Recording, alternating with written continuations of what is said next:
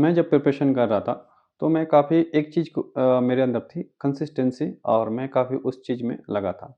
मेरे अंदर ये थी मेरे अंदर कोई प्लान बी का ऐसा ऑप्शन नहीं था। प्लान बी मेरे अकॉर्डिंग उस समय दिमाग में नहीं था। जब आप प्लान बी के बारे में सोचते हो, तो प्लान बी के अकॉर्डिंग आपका एनर्जी उस चीज़ में डिवाइड हो जाता है। आप इस चीज़ को लेकर फिर रिलैक्स हो जाते हो कि कम से कम इसमें नहीं होगा तो प्लान बी है मेरे पास। तो ये चीज़ मेरे अंदर कम से कम नहीं थी।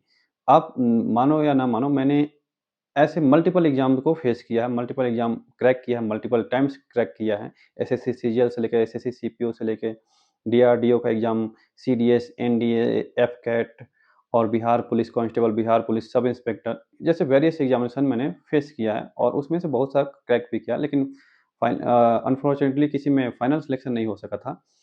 फाइनली मैं डिविज़नल अकाउंटेंट जब बना एसएससी सीजीएल 2022 के थ्रू तो फिर मुझे उस चीज़ में काफ़ी अच्छा लग रहा था। वो अच्छा फीलिंग था जब फर्स्ट टाइम आपका एक फाइनली आप सिलेक्शन आपको मिल जाता है।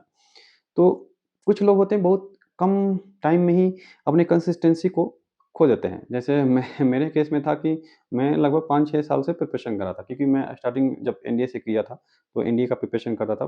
पहले मैं डिफेंस का ही प्रिपरेशन कर रहा था, बाद में मैंने स्विच किया उसको फिर एसएससी की ओर फिर हालाँकि मैंने पहले एक बार एसएससी दिया था, वो सीरियस होके नहीं दिया था, अभी दिया। सबसे पहले आपके अगर आपको लगातार फेलियर मिल रहा है, तो आपको क्या करना चाहिए कि आपको एक इंट्रोस्पेक्शन करना चाहिए।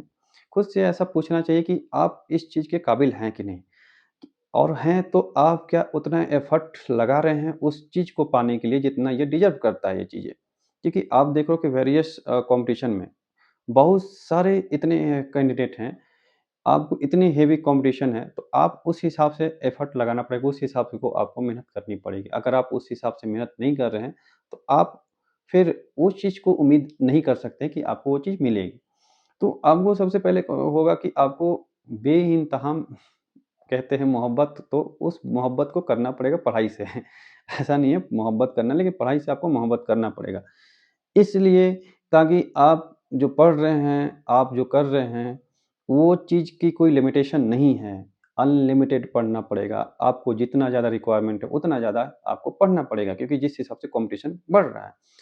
अब लोग का जो माइंडसेट है 10th के बाद ही आप कॉम्पिटिशन में बहुत लोग स्विच कर ले रहे हैं।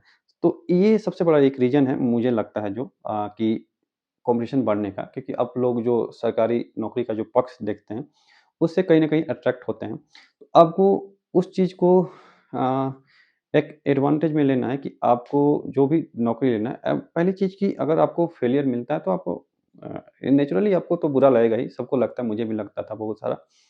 तो आपको उससे ओवरकम करना है और फिर से रीस्टार्ट करना है, जब तक आपको ना मिले। मैं और हो सके तो आपको एक एग्ज़ाम में ज़्यादा कॉन्संट्रेट करना है। आप जितने ज़्यादा एग्ज़ाम में डाइवर्ट होंगे, उतनी ज़्यादा आपको एनर्जी भी डिवाइड होगी और आप उस चीज़ को कॉन्संट्रेट नहीं कर पाएँगे। अगर आप एसएससी की प्रिपरेशन करें, तो एसएससी का जितने भी एग्ज़ाम होते हैं, वो दे सकते हैं। लेकिन दूसरे एग्ज़ाम देने का मतलब है कि आप उस सिलेबस को भी फ़ॉलो कर रहे हैं और उसमें भी कुछ अपना दिमाग लगा रहे हैं, तो आपका वो जो एफिशिएंसी है, जो आप 100% एसएससी में दे रहे थे, वो कहीं न कहीं थोड़ा रिड्यूस होके कुछ परसेंटेज दूसरे एग्ज़ाम में च जा सकता है, जो आपके सिलेक्शन में एक बहुत बड़ा बाधा बन सकता है।